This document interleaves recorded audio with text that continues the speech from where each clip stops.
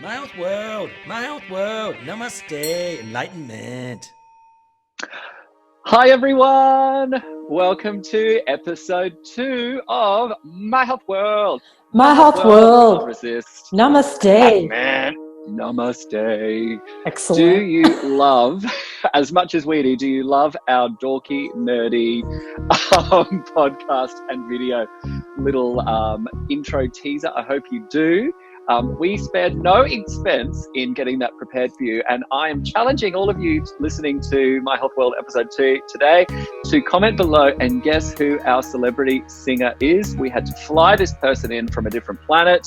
They are in the extended My Health family though, so there's a little tip for you, but I want to see if you can guess it, because to be honest, Carrie Ann produced this in her production studio with all of her abilities, and I didn't know. So the first time I listened to it, I said, who is that? So let's see if you can guess. But welcome to the next episode. This is installment 2 of My Health World. It is lovely to have you here today, and I am with my co-host, Carrie Ann Fields. Namaste, everyone.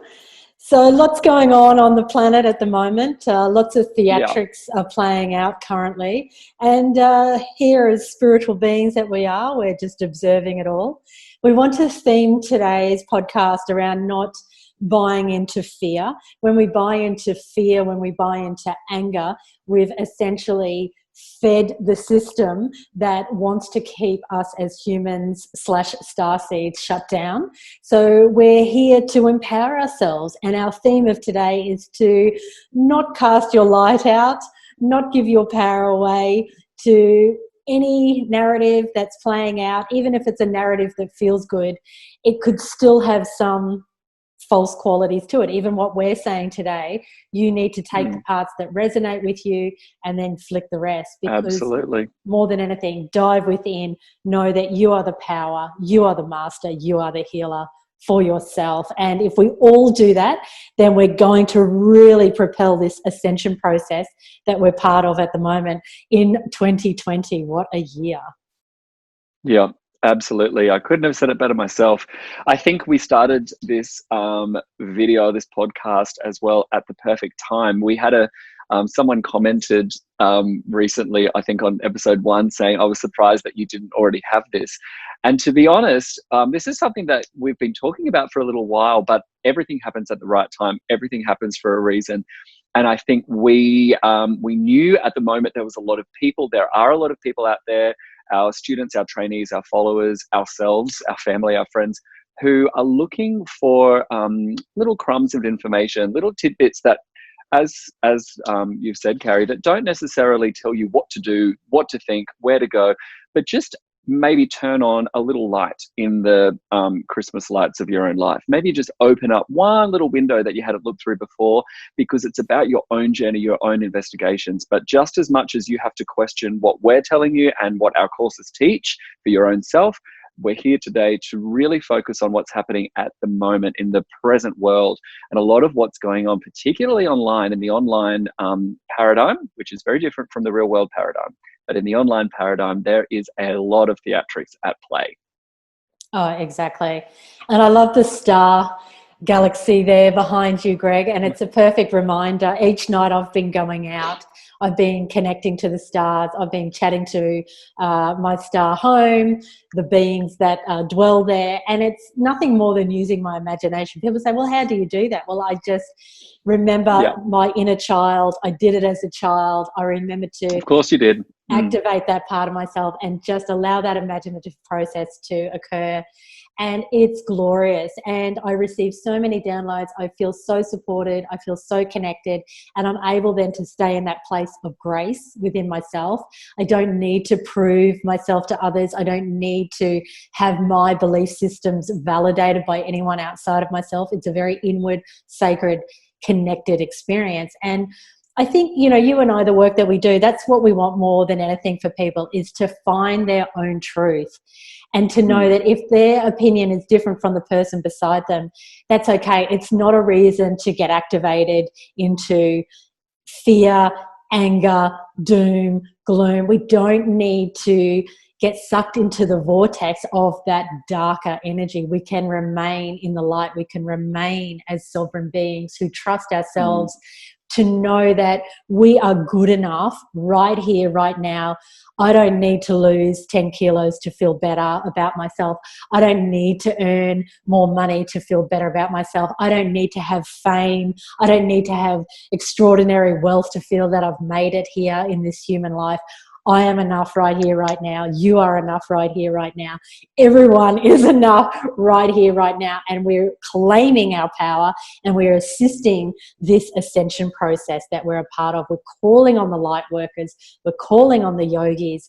We're calling on the healers for everyone to rise up, stand in your power, stand in your truth. Absolutely. The theatrics that are unfolding at the moment are almost the next level of education. So I just had a little download as you were talking then, and it's almost as if the imaginative and creative aspect of our childhood, which is why I say this in every video, one of my favorite asanas is always Balasana Child's Pose, because it does bring us back to the inner child. Yeah. But our imagination, as children, we read books, or even if we can't read the words, we imagine a story. We go outside and imagine what's going to happen when we're astronauts. We're playing with the most mundane objects, a cardboard box, and all of a sudden it becomes this. And then as we go through, and we talk about this in our level 1 course, but as we go through our education forms rules, and we get indoctrinated into a paradigm which exists not because it's real, but because it helps the world to function in the way that it's currently functioning. Now, that doesn't mean it's wrong, doesn't mean it's right, but that's just how we get indoctrinated into. Yes. So part of our role as starseeds, as light workers, as spiritual workers, yoga teachers, yogis, all of us on the planet who are choosing to switch over to the light energy rather than the dark energy, part of that is going back to the state of being creative, tapping into our imagination, and becoming really discerning as to when we're operating under the paradigm of rules and when we're operating under the paradigm of peace, joy, love vibration, which is really, really important at the moment. And that will help us to work out when we're on our computers. All of us use computers these days. We're on social media, we're using emails, when we're watching TV, when we're having conversations with people in the street. It will help us to, again, discern or to work out what is being said under the theatrics of our education, even as adults, and what's being said from a heart space. So perhaps you've been told, and this happens sometimes 100 times a day for me at the moment, but I am told by people, friends, family, the media, what's happening at the moment is so sad. Can you believe how crazy this year is? I can't wait for 2020 to be over. There's memes floating around on the internet saying, this is not what we signed up for. This is the worst year ever. Half of them are in jest and half of them are quite serious. Yes. It's trying again to tell us that this is the worst thing ever. And I had a beautiful conversation with a patient yesterday who is definitely on my vibration. So it was quite an encouraging conversation for me that I attracted into the day. And she agreed with me. She said, I was not happy before. The majority of the world was not happy before, because you can't tell me that the people who had billions of dollars and were doing awful things to get that much money, that they were happy. You also can't tell me that the rest of the world that was struggling to eat and drink, that they were happy. And so if 2020 is a year which the veil is lifting, and it's a year where we're waking up, if it's a year that we're connecting together as a race once again, we have to hold on to that vibration, that this is essential, that this is a year like no other year, but it's not a year that we have to fall back into fear and say, this is so sad and why is this happening, and allow the pain body to take over. We've been there before. We know where that ends, and we're choosing to move forward with our consciousness, to ascend with our consciousness. Oh, it's so joyous just listening to you express that, and for all of us to get excited about this arrival into 2020, to let go of the need to control it, to go on the divine ride, the magic carpet ride that's been presented before us. We're all Aladdin, we're all making wishes, we're all on our magic carpet, and we all have the power to manifest what we choose. And we've forgotten our own power. We've forgotten that manifestation actually is happening whether we like it or not. But what we're manifesting when we're stuck in fear, anger, doom, when we are, to put it in a better Sickness. term, yes, sickness. We're in the victim consciousness. And we've been conditioned by the big parent corporations to be in that victim consciousness. So we're not even saying what you've been doing is wrong. You were doing what was expected of you. In fact, you're probably the good little boy or the good little girl doing what you were told to do. Go to work hard, have children, stay in the... Pay your taxes. Yes, stay in the mundane Groundhog Day, day in, day out, save up, have a little holiday. And that's not wrong. That's what we've been conditioned for, all of us. However, 2020 is presenting us with an opportunity to say, you know what? My life can be whatever I choose it to be. I am infinitely abundant, meaning I don't even have to focus on making money, because just by the mere fact that I'm a child of the universe means that by divine right, I am abundant, means that in every moment, the universe will provide for me what I need in that moment. That is a universal truth. We have forgotten universal truths because we've been listening to the truths of the big corporations that want to create a problem and then create the solution for the problem. Oh, you're my savior. Oh, I'll give my power away to you. No more. I stood there last night and I said, I am taking my power back. I am a sovereign being, and I am going to do my best to use my voice to share this with whoever wants to listen, to you and to me, and to remind us all that we do not have to play out this Groundhog Day in our life. We're here to be joyous. We're here to have fun. We're here to create. If we want to sleep, we can sleep. If we want to play, we can play. If we want to work, we can work. We have enough. We are enough. There's nothing more we need to do. It's already here right now. We're lifting the veil of illusion that's been put on us for not only this lifetime, but from my research, thousands of years of a draconian measures of shutdown on the human population. We've got dogma, indoctrination. Yep, absolutely. We've got so many star seeds here now. I can't speak today. Star seeds here now that are helping with this awakening process. And Greg, I know that you're one of them. The signs are there, and we've been talking about this when we talk every day. But the signs are there, and the interesting thing is that it becomes so obvious that the theatrics are happening that we don't even question them. It becomes so obvious that everything is being played out in front of us for an ulterior motive that we don't even question it, because again, it's in the paradigm. There's something called cognitive dissonance, which we talk about a lot when we're discussing alternative narratives which are somewhat different to what we get from MSM, mainstream media, from what we get from the big corporations, or from religious dogma, or from different groups. But anything that's outside of that norm falls outside of our paradigm, and therefore it makes us say, no, well, that can't happen. There's no way that could happen.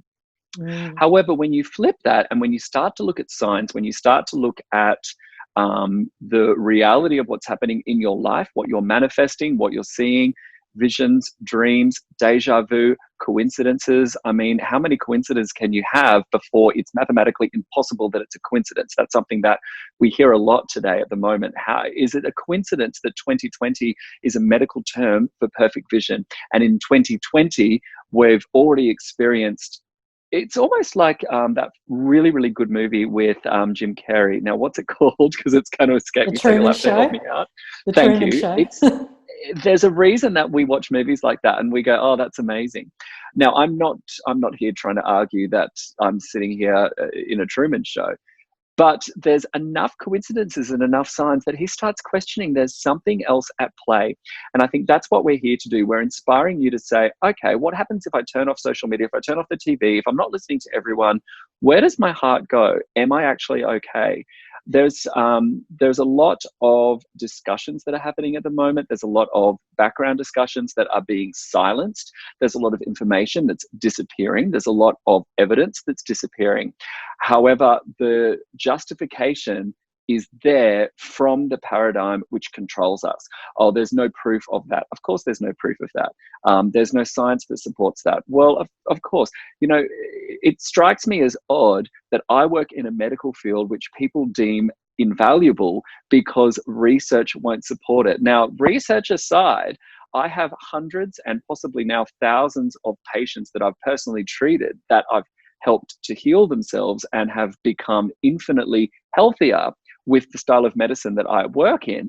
And yet it's still deemed invaluable because research, science, mind you, this modern science has only been around for perhaps 100, 200 years, hasn't been able to prove. Now, in what benefit would it be for Big Pharma to support that? So again, we're not telling you which way to think, but just start to think, well, if I feel better, then that's all the proof that I need.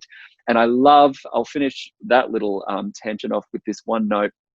I love that the number one reasoning for alternative medicine, I don't like that term, I call it real medicine, or for yoga or for meditation and its healing benefits, is that it's a placebo because it's all in your mind. And we know that the mind is actually where we manifest disease. It is actually where we manifest. So they're using that term against us, and we get sucked into it when they say it's a placebo, it's all in your mind. And we go, well, yes, it is, because you've implanted in my mind from the moment I was born that I will get sick, that I will get diseases, that there's viruses and bacteria out there that will kill me, that there's all these chronic illnesses that will get me. So then I have allowed them to manifest in my reality. It's again, it can be a really tough pill to swallow. So you don't need to take my word for it verbatim, but we are here simply to leave some crumbs for you to investigate, and whatever resonates with you, I encourage you to start looking into it. Oh, again, I just feel so much joy listening to you, Greg. It is a whole paradigm shift. It is a whole change It really of the is. way that we are viewing ourselves, that we are viewing the world at large that we're a part of. Could it actually be true that we are here to just have the best life, to be in perfect health? I've read so many things that we're meant to live for a couple of 100 years, if not longer, if we were to not be fed with the fear-based programming that we have all been exposed to upon our birth. Upon our birth, we are given a birth certificate. We are therefore owned by the state. We therefore go into a system where we are told what to do. There's rules, there's regulations. We have to pay our taxes. We are not free. And yet, again, 2020 is giving us that opportunity to break down the structures that have been, to reclaim our freedom.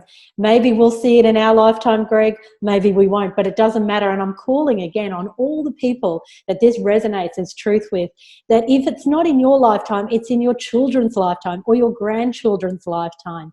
We no longer need to be ruled by those draconian measures. We are the sovereign beings, we are the light beings, and we are here on the planet right now to break apart, to bust apart those ideologies that have kept us stuck, controlled, absolutely, fearful, sick, where we have always felt there's something not quite right with us. And it's interesting you say that, oh, that's in your mind, yoga heals you, but that's just in your mind. Yes, it is. That's the point, isn't it? It's in my mind. I am the creator. If it's in my mind that I can do some conscious movement and some breath work and some chants and some affirmations and I can heal myself, well, imagine what else I can do, Give me the power. Let me have a go at just what I can create. Remind myself, I am the creative power. Remind us all, I am the creative power. Let's use our creative power. Let's just see how far we can go with it, because there's people on the planet, and I know so many of them, thousands of students that we've trained personally and their tribes, who are anchored in love, who are anchored in joy, who are anchored in peace. And I want to see them be the new leaders. I want to see what they can create. Absolutely. Yeah. It comes back to there's one fundamental rule of the fear-based paradigm, and we touched on it back in episode 1. So I wonder if you can remember what that is. Now, people will say to me, yeah, but Greg, you don't understand. I have this, I have this, I have this. And every argument that you can present to me, which is trying to hold onto the pain body, is based on this one old paradigm rule. And I wonder if you can guess what it is. It is a fear of death. That is it. It is the number one innermost fear, which we aren't born with a fear of death. No species would be born of a fear of death. In fact, if you study medicine and if you study science, you will learn that each cell within the human body has a pre-programmed death. Isn't that interesting? And so every single cell has, from the second it actually emerges, different cells in the body will emerge at different times. They will have different lifespans. Some are 30 days, some are 90 days. But the healthiest cells are the ones that die at the predetermined time. Cells, and this is science, so jump into the textbooks if you want to have a look for yourself.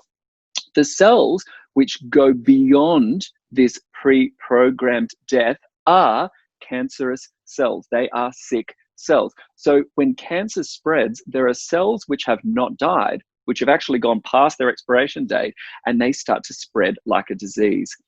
So the issue is not death. The issue is the fear of death and everything that we try to do to avoid it.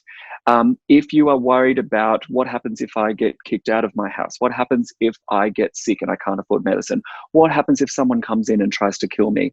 I guess one of the foremost authors today who discusses this fear of death is probably Eckhart Tolle, and he's got a great podcast as well, which I encourage you to listen to. Paul Pearsall is another fantastic author. He's the author of The Heart's Code, a former surgeon actually from the States. He's no longer with us, who discusses a lot about the energy which is stored in the body and that's stored in the heart. But there is so much information out there that suggests if we can release this fear of death, and this is something we chatted about in episode 1, so if you've missed it, go back and watch it. It's good to watch it a couple of times. That once we release that, everything else falls into place quite quickly, because the argument then is no longer, well, what happens if I die? What happens if I die? The fear of death comes only from the pain body, and really to step into your sovereignty, to step into your clear vibration, your light vibration.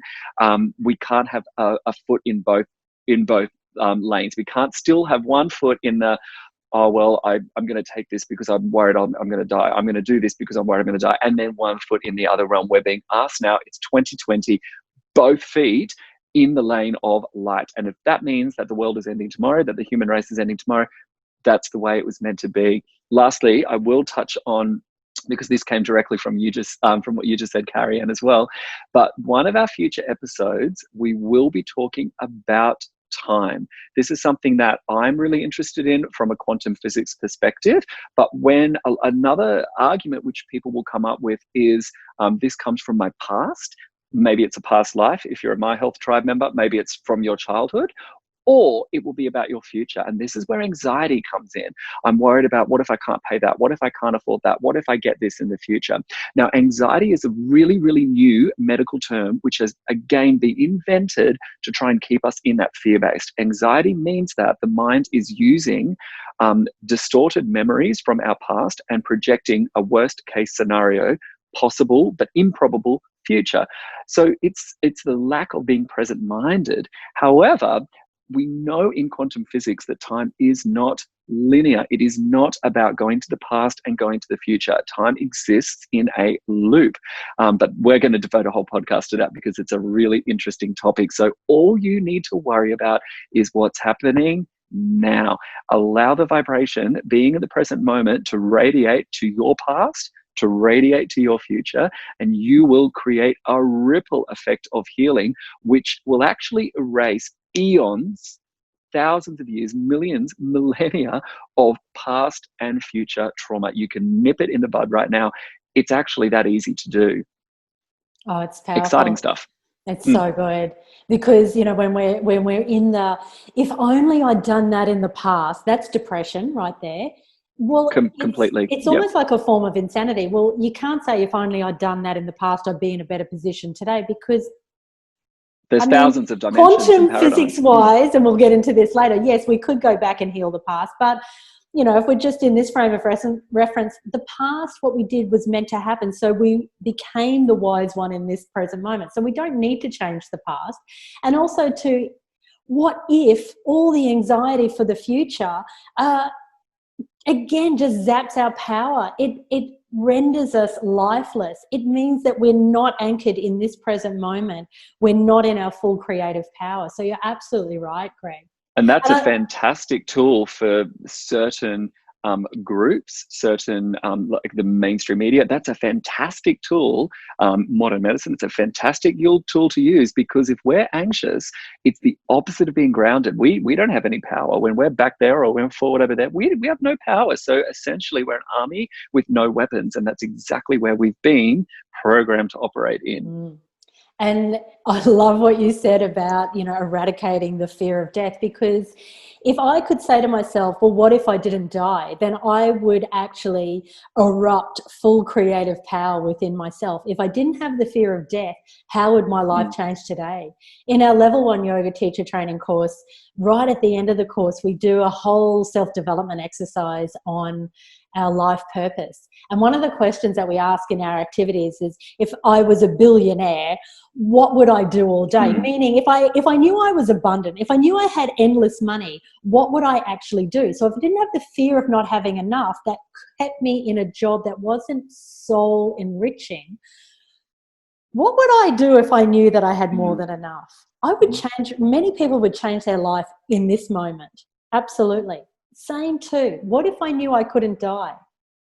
Wow, it just opens up our whole life in the most powerful ways. We have so many options then. If we weren't fearful of not having enough money, if we weren't fearful of dying, no one would actually have any control over us, number one. We would, again, and I keep saying it over and over today, we return to our sovereignty.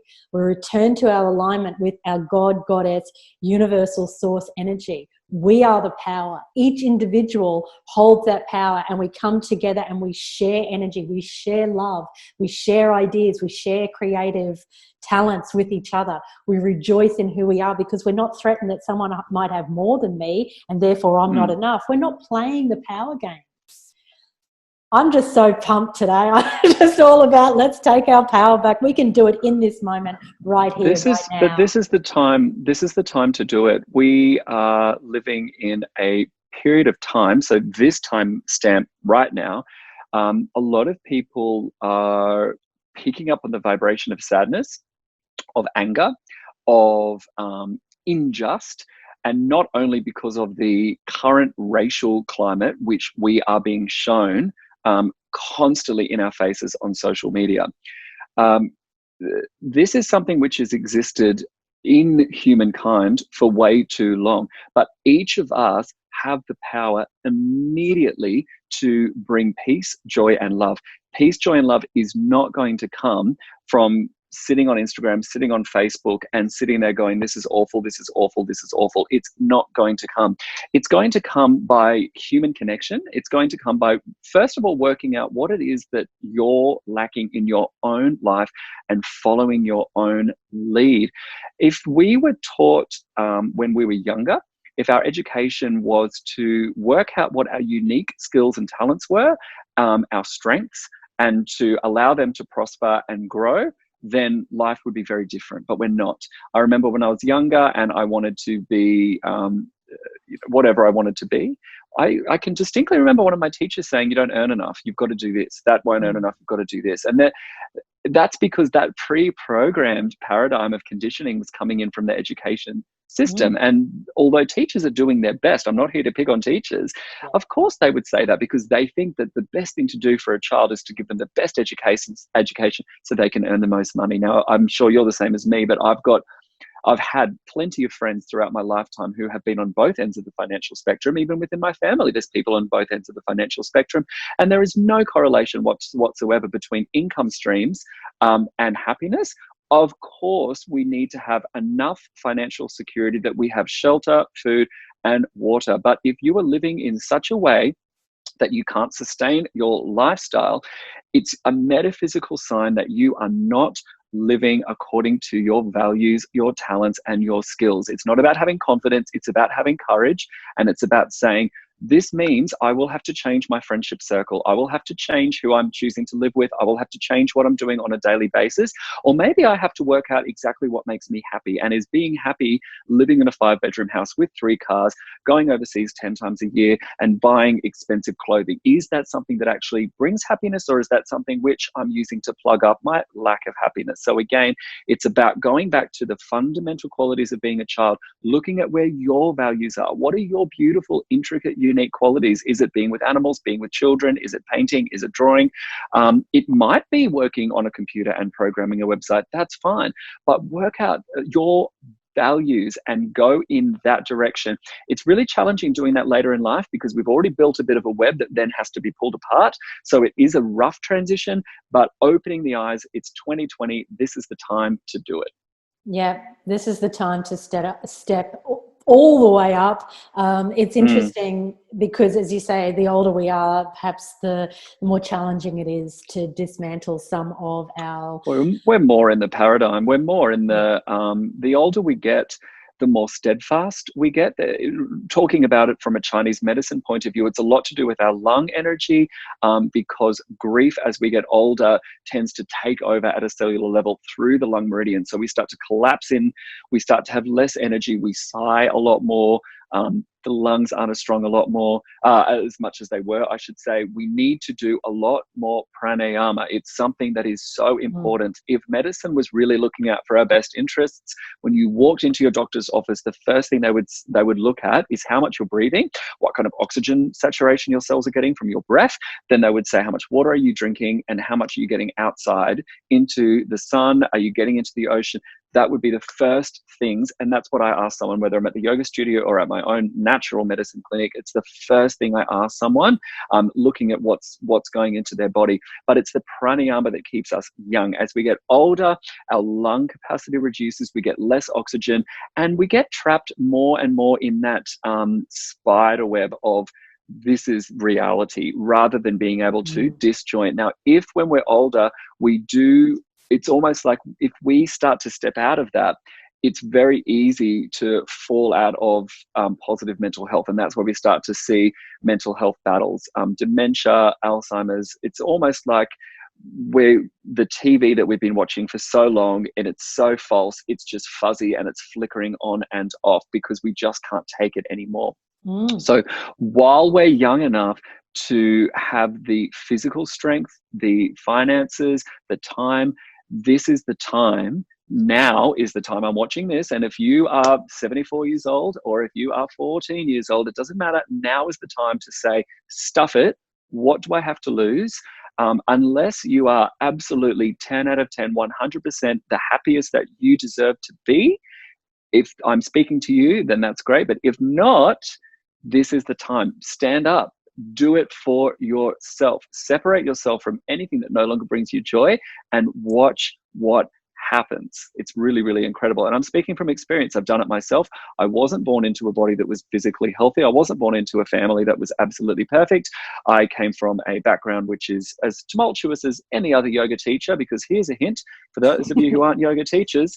We didn't get into the teacher training course because we were perfect. That's not why we sign up for teacher training, all right? So if you're looking at your yoga teacher thinking, oh my gosh, I want to be like them, they've probably got a bit of an interesting suitcase packed up, right? So we've all got our own history. But if I can do it, if Carrie-Anne can do it, anyone can do it. There's nothing that you actually need to do. It's about learning to just be yourself and have happiness from within. Oh, Greg, how beautiful. You know, we're all here to help. Yes. And we all have that baggage, and you're absolutely right. Anyone who has wisdom, anyone who's been drawn to the world of yoga teaching, healing, it's because we have trauma that we've had to work through. We've had to find a way through it. We did not want to take the pharmaceutical drugs. We didn't want to dumb down our feelings. We wanted to explore them. We had the courage to sit in all of those emotions as they were rising, and that's how healing and that's how health became ours, because we went through the pain, and we realize that pain allowed it to release. is beautiful. Pain is Mm-hmm. beautiful. We don't need to be fearful of our pain. We don't need to suppress anything. We can stand in our truth and say, this is who I am. With all this pain, with all these so-called human mistakes that I've made, in fact, that's what's given me this power and this insight in this present day. So we call for everyone to just take the mask off. You know, I'm talking about the metaphorical mask, but at this time of COVID, remember the mask is also a symbol of suppression, of ritual humiliation by the powers that want to control you. This is the time to metaphorically or physically take the mask off, return to truth. We almost all of us now have access to the internet, which is a good and bad thing. It just is what it is. But look into, if you are someone who is still in a science paradigm, I understand and I can discuss the science paradigm because that's how I studied. But if you're someone who says, well, that's what we need because we don't want to get sick and we're looking after ourselves, and it's fair enough if I don't want to wear a mask, but what if I make someone else? That's fine. Use this paradigm. Jump onto Google Scholar, jump onto a research database like PubMed, whatever you want to do, and you look for the research from a virologist, from an immunologist, from a specialist that actually says how effective a bandana or a loose paper mask is going to be against a virus, which is, according to the, I use this term loosely, World Health Organization, which is the most deadliest virus to hit us in years and years. It is a high contagious rate. It's going to kill us. It's taking everyone down. So then why would a flimsy paper mask be absolutely sufficient? So there's things that we are being told at the moment which don't add up even under the paradigm of science. But I'm not telling you this for myself. You can do the research yourself. I've looked into it. I've looked into what happens when we sanitize our hands too much, when we're wearing a mask. I've looked into what that does to the oxygen saturation at a cellular level. I've looked into what happens when we are taking too many antibiotics and how that shuts down the microbiome. I've looked into it for myself. I've come to my own conclusions. I'm not here to tell you what to do with your body, but neither is anyone else. You work out what's working for you. And I tell you right now, if you're listening to this saying, but I've tried this, I've tried that, I'm still in pain, my knees still hurt, my back hurts, I've still got migraines, then guess what? What you've been doing probably isn't working. So it's time to start doing something a little bit differently. That's it. That's it. You know, keep your mind open. Be the power unto yourself. I'm saying it over and over again today. Maybe I need to join the dots a little bit closer together for some people. What does that mean to be a power unto yourself? It means spend a lot of your time inward, and that's the traditional meditation that we talk about. That's the magic pill. Absolutely. Make sure that you're observing your thoughts, you're observing your feelings, you're listening for higher guidance. It will come through you. If you devote enough time to being inward, that energy will start to move through you, and you will start to be discerning of when that higher truth is spoken to you, because it won't come through with any negativity at all. It will come through in a very loving, very empowering way. And that's the voice within you that you want to take heed of. And that's when you want to act. When you get higher messages, you take action upon those higher messages, and you watch how quickly your life turns around and how quickly the pain is eradicated from your body. Even if it's a chronic shoulder pain or a chronic knee pain that you've had for 20 years, once you start doing the inner work, as we call it, it's like a miracle has happened, because you return the power to yourself. It's a dimension shift.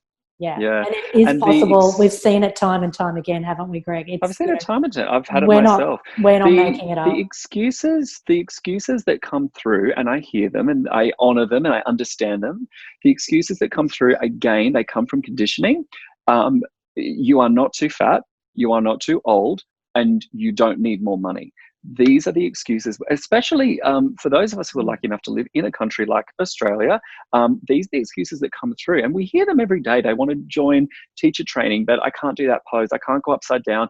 My back hurts too much. I don't think I can afford it. All of these excuses that come back to that shell that we've been grown up with, saying, well, you can't do it because you don't look the right way. You don't have enough. You're not good enough. If they are your excuses, then I urge you to really start paying attention to the language that you listen to and the language that you speak. Because if that's the language that you are living with at the moment, the only way to shift reality is to shift your internal and external dialogue. And again, we have courses for this. I'm not here to push our course, but our level 1 course gets into this. Our metaphysical module, metaphysical, which is our module 2, metaphysics and consciousness. It is the module that really starts to lay the foundation, to lay the groundwork for, I'm not going to call it positive language. I'm going to call it real language, real, universal, multidimensional language. It's not about pretending that everything's okay and saying, I am healthy, so then all of a sudden I become healthy. It's not about that.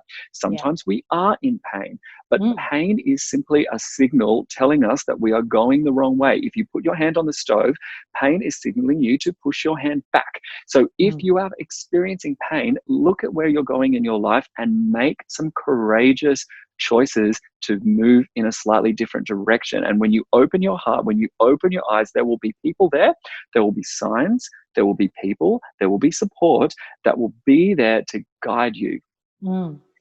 Pain is a gift. It's a beacon of light saying, pay attention, pay attention. We need to reframe what pain is, whether it's emotional pain or physical pain. It is there as a gift.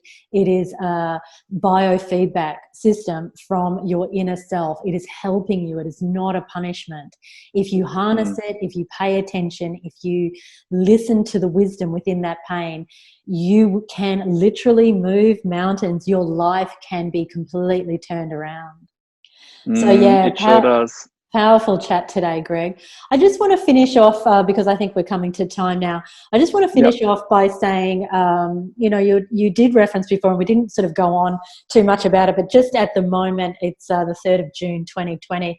We've had quite an eruption of racial issues at the moment on the planet. I just really want to finish off with saying that anyone who was involved in that, the beautiful person who lost his life, I just want to say let's remember that he is no doubt a very conscious being, an enlightened master. When souls are called to be part of big events and events that create big shifts on the planet, they are often enlightened beings, and they've come here for a very specific purpose. So I just want to reframe that as well for anyone who's bought into the fact that we need to be absolutely devastated by this tragedy. Now, let me just at the same time say, yes, feel the tragedy, feel the devastation, because it's important that you sit in your emotions and you allow those emotions to move you in a certain direction.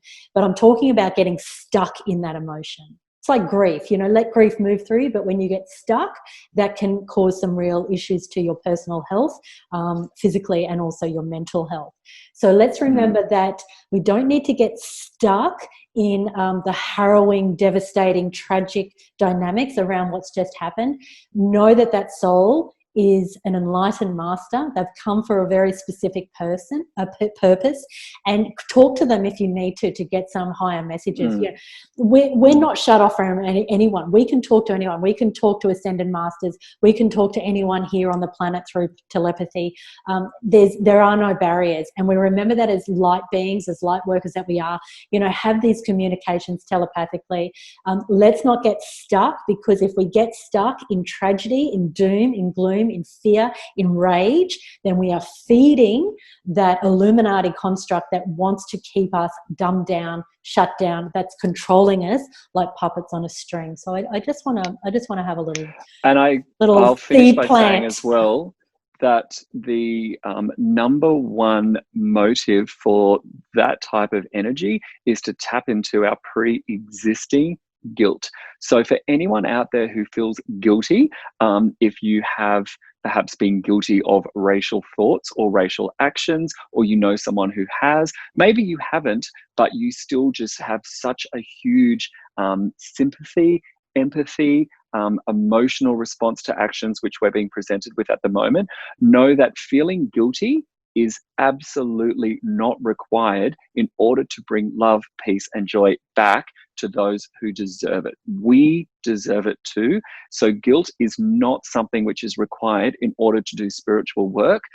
Self-forgiveness, however, is. So first we have to forgive the self.